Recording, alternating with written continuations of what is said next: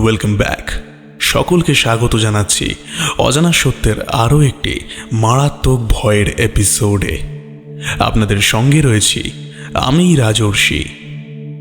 বেশ কয়েকদিন আগে আমি এই চ্যানেলের বিগত কিছু এপিসোডগুলোকে ঘুরে ঘুরে দেখছিলাম এবং সেখানে আপনাদের ভালোবাসা এবং আপনাদের ঘটনা শোনার চাহিদা দেখে আমি বেশ খুশি হয়েছি। সত্যি বলতে আমি এই অজানা সত্যের কোয়ালিটি আগের তুলনায় অনেকটা ইমপ্রুভ করার চেষ্টা করেছি। আমি নিজের উপরে কাজ করেছি যাতে আপনাদের সামনে ভালো করে প্রতিটা ঘটনা উপস্থাপন করতে পারি এবং আপনাদের ঘটনা শুনতে ভালো লাগছে এটা দেখে আমি বেশ খুশি। আজকের এই এপিসোডে আপনারা শুনতে চলেছেন জমজমাট দুটি হাড় কাঁপানো সত্যি ভৌতিক ঘটনা। আজকের এই ঘটনাগুলো এমনই ঘটনা যে সামান্য কিছু যদি বলে দিই তাহলে পুরোটাই একটা স্পয়লার হয়ে যাবে, তাই আমি বেশি কথা বাড়াবো না, সরাসরি ঘটনার দিকে চলে যাব। তার আগে যারা যারা এখনো পর্যন্ত এপিসোডটিকে লাইক করোনি তোমরা চট করে আজকের এপিসোডটিকে লাইক করে দাও, কমেন্ট করে জানাও কে কোথা থেকে শুনছো এবং কার সঙ্গে শুনছো। নিজেদের বন্ধু বান্ধব আত্মীয় স্বজনদের সঙ্গে আজকের এপিসোডটিকে শেয়ার করতে একদমই ভুলো না। আর তোমাদের মধ্যে কেউ যদি এই চ্যানেলে নতুন থেকে থাকো তাহলে চ্যানেলটিকে সাবস্ক্রাইব করে পাশের বেল বাটনটাকে অল অপশানে প্রেস করে দিয়ে আমাদের এই পরিবারের সঙ্গে যুক্ত হয়ে যাও। তো শুরু করছি আজকের প্রথম ঘটনা।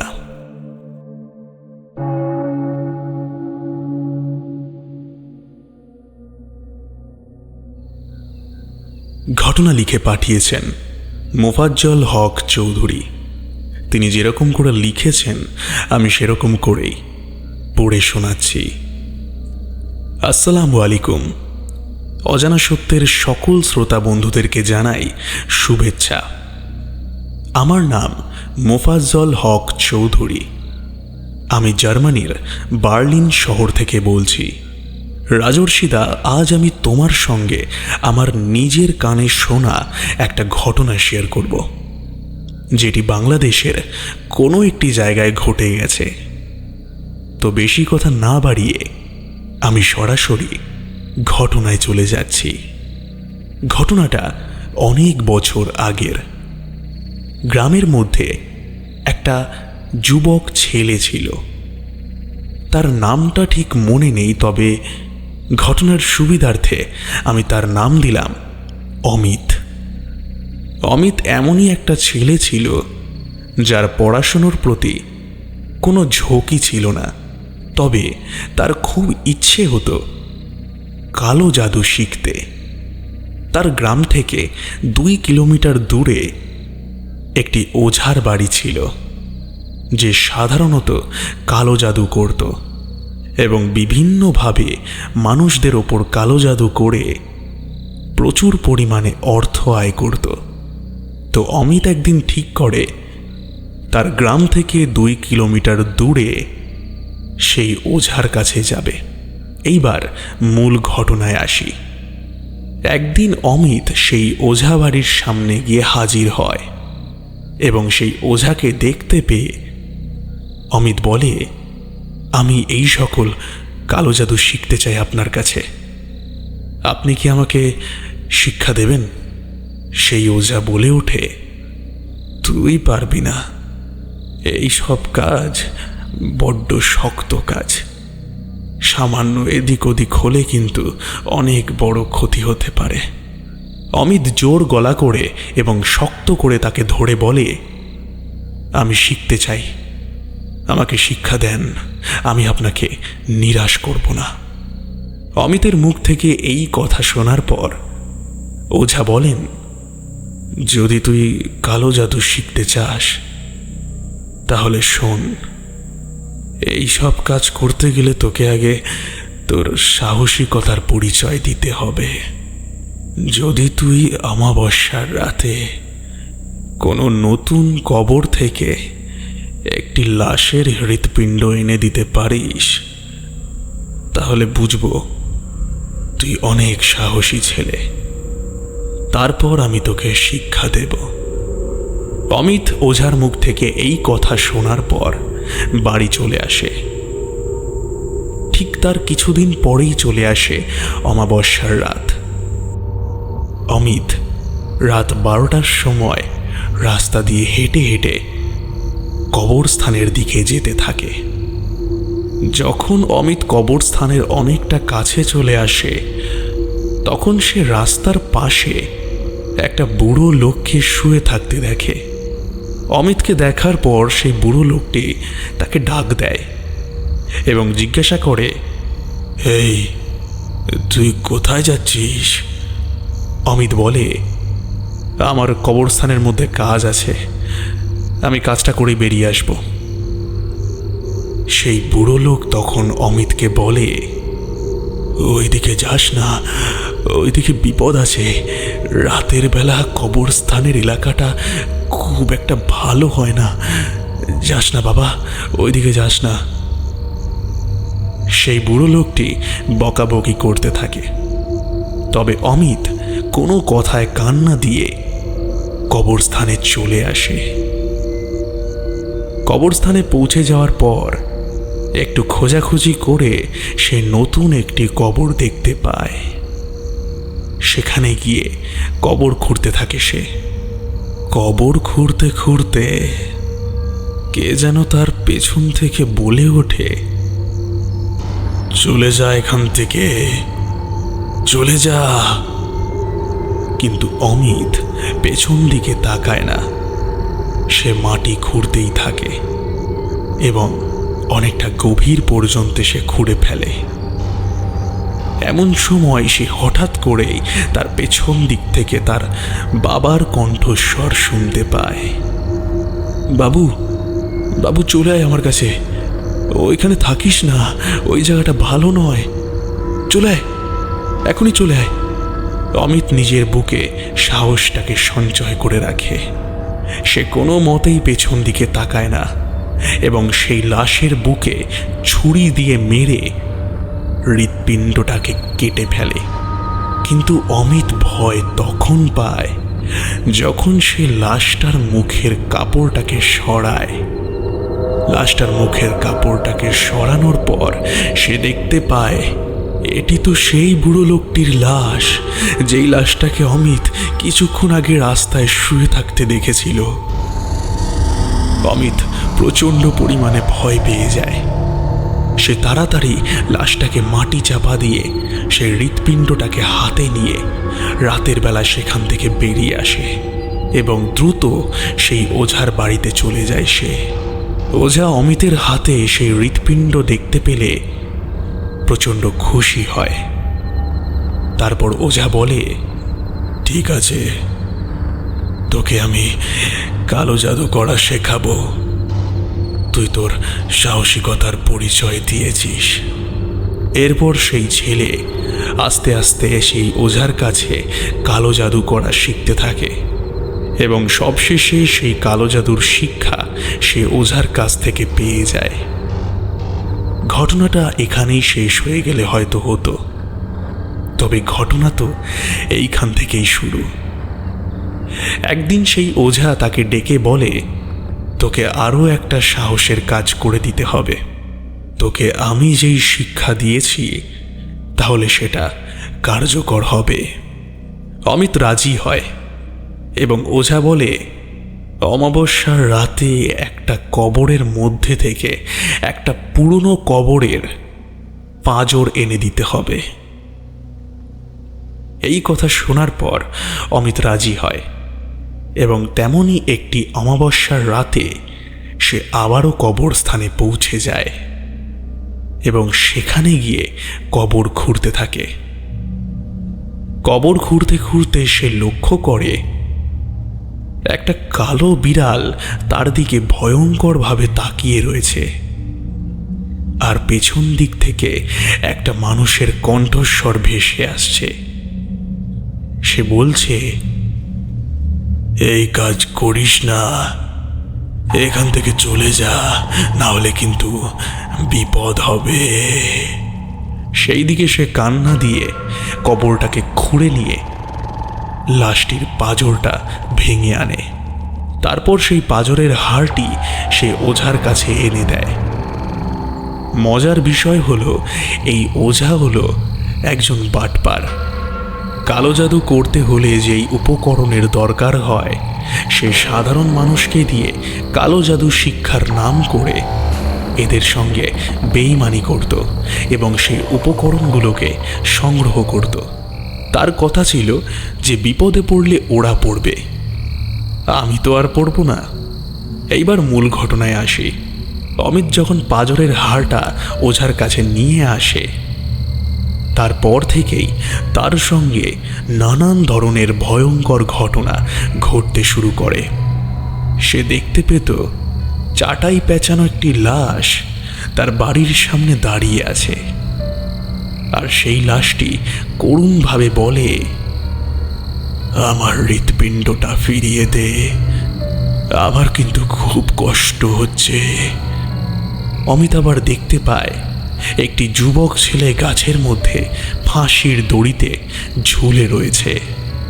সে অমিতের দিকে তাকিয়ে বলছে, তুই আমার বুকের পাঁজরের একটা হাড় নিয়ে গেছিস, ওটা আমাকে ফেরত দে। এই সমস্ত ঘটনা অমিত সেই ওঝার কাছে গিয়ে বলে।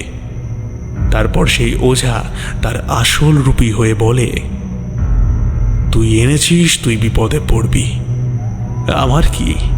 এরপর সেই ওঝা খুব ভয়ঙ্করভাবে হাসি দিতে থাকে। এমন সময় দুপ দুপ শব্দ করে কি যেন এই দিকে ধেয়ে আসছে। তখন সেই ওঝা বলে, তুই ভেতরে যা, আমি দেখছি কি করা যায়। ওঝা নিজের বাড়ির বেড়ার ফাঁকা দিয়ে দেখতে পায় একটা বিশাল জন্তু ওই ওঝার বাড়ির সামনে বসে আছে, আর সেই জন্তুটি নাকি সুরে বলছে, আমার রক্ত চাই, রক্ত, না পেলে তোকে মেরে ফেলবো। এরপরই দেখা যায় সেই জন্তু ঘরের ভেতরে ঢুকে সেই ওঝার ঘাড়ে কামড় দিয়ে ধরে, আর সেই ওঝা সেই স্থানেই মারা যায়। এবং সঙ্গে সঙ্গে আবার দুপ দুপ শব্দ হতে থাকে, আর সেই জন্তু সেখান থেকে চলে যায়। এই ছিল ঘটনা। আশা করছি ঘটনাটা ভালো লেগেছে। ভালো লাগলে রাজর্ষিদা ঘটনাটি তুমি পাঠ করে শুনিও। আর শ্রোতাদেরকে বলি, কেউ কখনো এই সব জিনিসের দিকে ভুলেও এগিয়েও না। এই সব জিনিস তোমার সঙ্গে সঙ্গে তোমার পুরো পরিবারকেও শেষ করে ফেলতে পারে। তাই এই জিনিসটা কখনো কেউ করো না। ভালো থাকো, সুস্থ থাকো এবং প্রত্যেকে এগিয়ে চলো।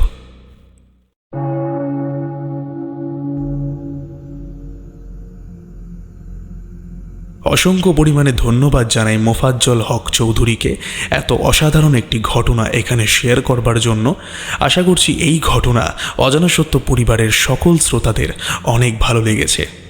হ্যাঁ, এখন অনেকেই কমেন্ট সেকশনে গিয়ে অনেক কথা বলা শুরু করে দেবে যে এই ঘটনাটি একটি মিথ্যে ঘটনা, এমন ঘটনা কখনো ঘটতে পারে না।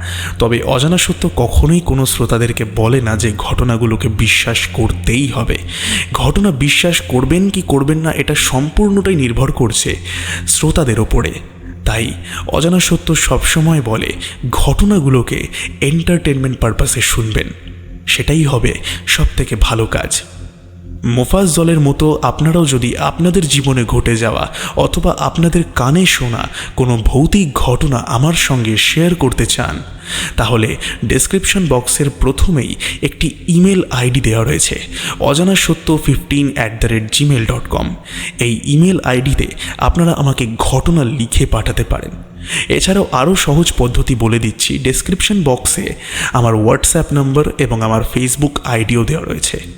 আপনাদের যেইভাবে সুবিধা আপনারা সেইভাবে আমাকে ঘটনা লিখে পাঠাতে পারেন। আপনারা আমাকে হোয়াটসঅ্যাপ করতে পারেন অথবা ফেসবুকের ইনবক্সে আপনারা আমাকে ঘটনা লিখে পাঠাতে পারেন। যাই হোক, বেশ বড় ঘটনা ছিল, তো আর বেশি দেরি না করে চলে যাচ্ছি পরের ঘটনায়।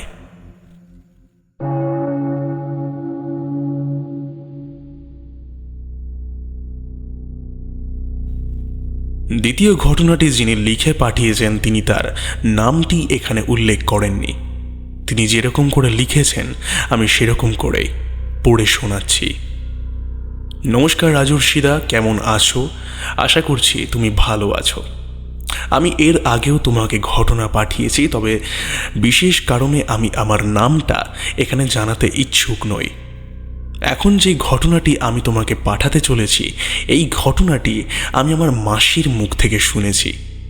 তো যেমনটা শুনেছি আমি তেমনটাই তোমাকে লিখে পাঠালাম।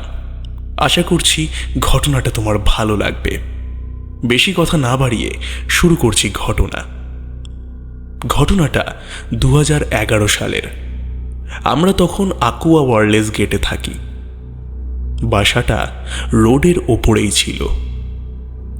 নতুন নতুন সেই বাসায় উঠতেই অদ্ভুত সব ভুতুরে ঘটনা আমরা দেখতে পেতাম। যেমন টেবিলে কলম রেখে গেলে সেটা আর আমরা খুঁজে পেতাম না। সারা ঘর খুঁজেও সেই কলম আর কোথাও পাওয়া যেত না। আবার 5-6 দিন পর সেই টেবিলের ওপরই পাওয়া যেত সেই কলম। মাঝে মধ্যে তরকারি থেকে মাছ উধাও হয়ে যেত। এই বাসায় আসার পর থেকেই আমি অসুস্থ থাকতাম সব সময়। আশেপাশের ফ্ল্যাটের আন্টিদের থেকে শুনতাম এই বাসায় নাকি প্রায়ই এমন অদ্ভুত ঘটনা ঘটে। আর আমরা যেই ফ্ল্যাটে উঠেছি, এই ফ্ল্যাটে এমন ঘটনা তো নিত্যদিনের। প্রথমে আমরা এইসব বিশ্বাস করিনি, কিন্তু আস্তে আস্তে বুঝতে পারলাম কথাগুলো সত্যিই ছিল। প্রায় রাতে শুনতে পেতাম কেউ যেন জানলা দিয়ে আমার নাম ধরে ডাকছে। মাঝে মধ্যে দরজায় কড়া নাড়ার শব্দ পেতাম, কিন্তু দরজা খোলার পর আর কাউকে দেখতে পেতাম না। আমার আব্বুর আসতে প্রতিদিনই খুব রাত হতো, 12টা কি 1টা বেজে যেত। মাঝে মাঝে আমরা সবাই ঘুমিয়ে যেতাম, আম্মু দরজা খুলে বসে থাকত। মাঝে মধ্যেই দেখা যেত কেউ যেন ছাদে উঠে যাচ্ছে, কিন্তু আর নামতে দেখা যেত না। আবার প্রায় প্রতি রাতে বাচ্চার কান্নার আওয়াজ পাওয়া যেত। প্রায় বিকেলেই দেখা যেত খালি গায়ে কালো কুচকুচে একটা বাচ্চা সিঁড়ি বেয়ে ছাদে যাচ্ছে। মাঝে মাঝে একটা কালো বোরখা পরা মহিলাকেও সেখানে দেখা যেত। আমরা সবাই বাচ্চাটা আর মহিলাকে খুঁজতে ছাদে যেতাম, কিন্তু কিছুই খুঁজে পেতাম না। একদিন আমাদের পাশের ফ্ল্যাটের আন্টির বাসার সবাই গ্রামে ঘুরতে যায়। সে একা ছিল। আমি আর আমার এক বন্ধু আন্টিদের বাসায় বসে টিভি দেখছিলাম। হঠাৎ আমরা দুজনে দেখলাম একটা ছোট ছেলে আমাদের পাশেই দাঁড়িয়ে রয়েছে আর আমাদের দিকেই তাকিয়ে আছে। ছেলেটাকে দেখতে অদ্ভুত ছিল। লাল একটা হাফ প্যান্ট পরা, খালি গা, কুচকুচে কালো গায়ের রং, গায়ে কাদা লেগে রয়েছে। তখন আমি বেশ ছোটই ছিলাম। আমার বান্ধবী ছেলেটাকে জিজ্ঞাসা করে, তুমি কি করে এলে এখানে? কে তুমি? না বলে এইভাবে কখনো অন্য কারোর বাসায় ঢুকতে নেই, কেন ঢুকেছো এখানে? ছেলেটা কোনো কথা না বলে আমাদের দিকেই তাকিয়েছিল। হঠাৎ কি মনে করে জানি আমি চিৎকার করে আন্টি আর আম্মুকে ডাকতে লাগলাম। আন্টির পায়ের আওয়াজ শুনে ছেলেটি দ্রুত বের হয়ে গেল। সাথে সাথে আম্মু এলো। আন্টি আম্মুকে জিজ্ঞাসা করে, কোনো ছেলেকে কি বের হয়ে যেতে দেখেছো এখন? কিন্তু আম্মু কাউকে দেখেনি। তারপর আম্মু আর আন্টি ছাদে, নিচে, সব জায়গায় ছেলেটিকে খোঁজে, কিন্তু কোথাও খুঁজে পায় না। তারপর আমি আরো অসুস্থ হয়ে পড়ি। আমার শ্বাসকষ্ট শুরু হয়। দিনে দিনে আমার অসুস্থতা আরো বাড়তে থাকে। কোনো ডাক্তারের ঔষধেই কাজ হতো না। এক কবিরাজ বলেছিল আমাদের এই ফ্ল্যাটে নাকি খারাপ কিছুর নজর রয়েছে। যার জন্য আমাদের সঙ্গে এরকম অদ্ভুত ঘটনা ঘটছে। আরও কিছুদিন যদি আমরা এখানে থাকি তাহলে নাকি আরও বড় বিপদ হতে পারে। এই কথা আমরা হুজুরের মুখ থেকে শোনার পর সেই বাসা থেকে চলে আসি এবং পরে জানতে পারি ওই ফ্ল্যাটে যারাই ছোট বাচ্চা নিয়ে উঠত তাদের বাচ্চারাই এমন অসুস্থ হয়ে পড়ত। আর সেই বাসা থেকে চলে আসার পরই আমি সুস্থ হয়ে উঠি, আর আমার কখনো শ্বাসকষ্ট হয়নি। এই ঘটনাটা শুনে আপনাদের ভয় লাগবে কি লাগবে না তা আমি হয়তো বলতে পারবো না, কারণ সব ঘটনাই যে ভয়ের হতে হবে এমনটা আমি মনে করি না। এটি একটি আসল এবং সত্যি অভিজ্ঞতা যেটা আমার মাসির সঙ্গে ঘটেছে। ঘটনাটি কেমন লাগলো আপনারা জানাবেন। আশা করছি আপনাদের ঘটনাটি ভালো লেগেছে। প্রত্যেকে ভালো থাকবেন এবং রাজর্ষিদা তুমিও ভালো থেকো এবং আরও এগিয়ে নিয়ে চলো এই পরিবারকে।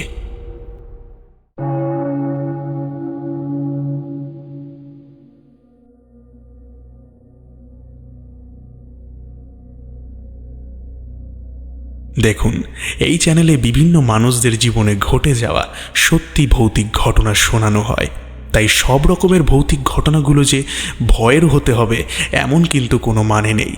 মানুষদের জীবনে এমন অনেক ঘটনা ঘটে যেই ঘটনাগুলোর কিন্তু কোনো রকম ব্যাখ্যা থাকে না। তো এই ঘটনাটিও সেটির মধ্যেই একটা। এটি ছিল একটি মানুষের জীবনে ঘটে যাওয়া একটি ভৌতিক অভিজ্ঞতা। সমস্ত ঘটনাতেই যে ভূত সামনে চলে আসবে বা এসে ভয় দেখাবে এমনটা কিন্তু হয় না। কিছু কিছু এমন ঘটনাও থাকে যেই ঘটনার কিন্তু কোনো রকম ব্যাখ্যা থাকে না। আশা করছি আপনারা বুঝতে পেরেছেন।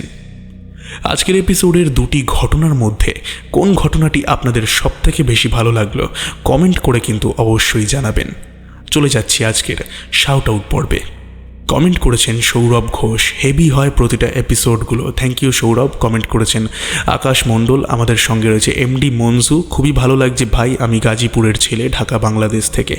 অসংখ্য পরিমাণে ধন্যবাদ এমডি মঞ্জু। কমেন্ট করেছেন সৃজিতা ব্যানার্জি, আমাদের সঙ্গে রয়েছেন সুরজিৎ গেমার, আমাদের সঙ্গে রয়েছেন Jai Baba Loknath fan club, very nice and your speaking so nice, thank you so much. Comment করেছেন তিস্তা 951, আমাদের সঙ্গে রয়েছেন মিউটিউব, কমেন্ট করেছেন রাকেশ মণ্ডল, আমাদের সঙ্গে রয়েছেন বিষ্ণু, কমেন্ট করেছেন স্বপ্না বজাল, আমাদের সঙ্গে রয়েছেন এস ক্রাফটি ক্রিয়েশন, কমেন্ট করেছেন প্রণয় মুখার্জি, আমাদের সঙ্গে রয়েছেন অমিতা ঠাকুর, আসিফ ইকবাল, বিদাস এফএফ। সকলকে অসংখ্য পরিমাণে ধন্যবাদ কমেন্ট করবার জন্য। আপনারা এইভাবেই অজানা সত্যের সঙ্গে যুক্ত থাকুন এবং ভালোবাসা দিতে থাকুন। আশা রাখছি আপনাদের ভালোবাসায় এই অজানা সত্য পরিবার আরও বড় হয়ে উঠবে। ধন্যবাদ প্রত্যেককে। দেখা হবে আবার পরের এপিসোডে। ততক্ষণের জন্য stay happy and stay safe এবং যুক্ত থাকুন আমাদের অজানা সত্যের সঙ্গে, কারণ অজানা সত্য মানেই রহস্যের এক অন্য দুনিয়া।